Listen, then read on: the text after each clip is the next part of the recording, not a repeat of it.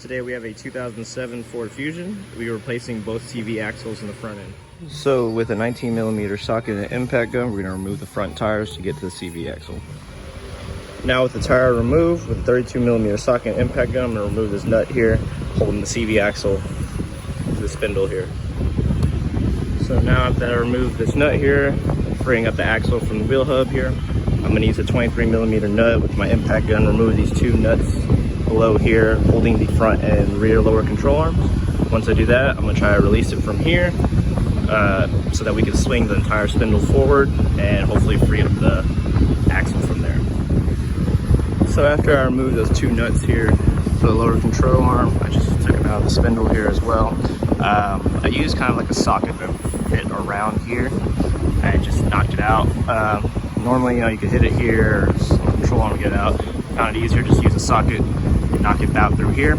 After I did that, using a hammer, just knocked out the CV axle here from here. Kind of a pain in the ass because it's like a little rusted in there, but now we're gonna lift the vehicle and get it out from the other side. So now that we have it all freed up here, just need to pull it out. So you have to release it from here. So as you can see, transmission goes all the way down there. It's right here. You can strike it on the right side, somewhere right around here, and just kind of knock it loose and get it out. So now that I've freed the CV axle from there, I'm going to go ahead and remove this nut here to number 15. Once we remove this from the strut here, we can just swing it downward and get it out of the way. All right, so we have the right CV axle off here. As you can see, it's pretty torn up right there. So just make sure to line them up, make sure that they are the same size. So we're gonna go ahead and throw this in. It just slides right in, being sure to match up the grooves inside there onto the other side right there. So let's go ahead and get that in there. So we've got the new CV axle in. We're gonna have to clean up all that grease up from the old one, kind of got on it when moving in. It is kind of annoying to get in. You will have to kind of like push up against this. See how it moves back and forth? Just push it all the way out and slam it in. Once you get the splines neat, after that, just keep knocking it in like that and it'll go straight in. So now I'm gonna go ahead and get this back into the wheel hub here. Just swinging it in, put it on the wheel hub, and then getting our control arms back on as well. So after I got the axle in and the control arm back down, also went and tightened this down and knocked down the edge of it into there, as you can see. So I'm gonna put the tire back on now and get to the other side, and we're gonna do something a little different in order to get to the other CV axle off. So we're now on the left driver's side. Like I said, we're gonna try something a little different this time. Instead of taking the lower control arm out, I'm gonna remove the upper control arm from the spindle, as well as the auto tie rod from the spindle as well. So let's start off by getting some pliers and getting this cotter pin off. And then after that, we'll remove this nut here with a number 17. As you can see, I already went ahead and marked it as well, just so I can get it all back in place. I believe this is either an 18 or 19, can't recall for this side, but we'll get to that once I get that cotter pin out. But let's go ahead and get that out, and then we'll take this out here.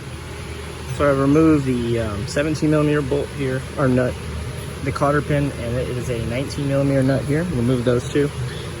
So now I'm going to use a 32mm, remove this nut for the CV axle here, get this out of the way. Once I do that, I'm going to go ahead and free these up and get them off, and then we're going to get the CV axle out of the wheel hub and remove it from there.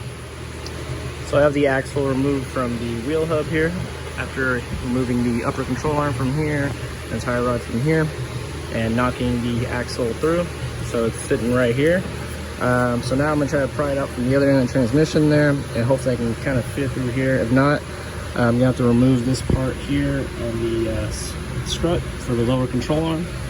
So let's go ahead and try to get this out first. If not, then we're gonna remove this number, I believe it was a 15 nut here, and hopefully we can swing the strut around to get this out.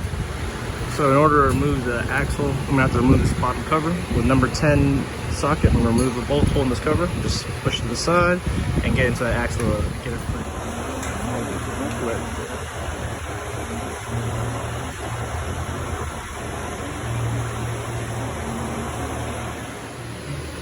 So I've gotten the old axle out, the new one in, just kind of swinging the shaft under here and sliding it in to the splines meet, and then just kind of jerking it like so to knock it in. So now that it's in, I'm gonna go ahead and just reinstall everything, get the spline into the wheel hub here, and leaving the nut just slightly on there just to hold it in place, and then tighten everything back down. And then we're pretty much done with the side as well.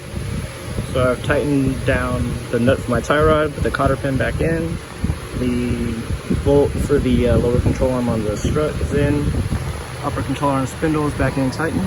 Also tightened down the axle nut here, just gotta hit it down. And pretty much done with that, just throw a tire on, we're done. Top off some transmission fluid obviously, since some fell out, just a little bit though, not too much. Also, this method for this side was a lot easier, I guess you can say, than the other, just because getting this back in on the other side was kind of annoying. So it's up to you which method you prefer to do, but this one is a lot faster than the other side. So thanks for watching. Please like and subscribe, more videos to come.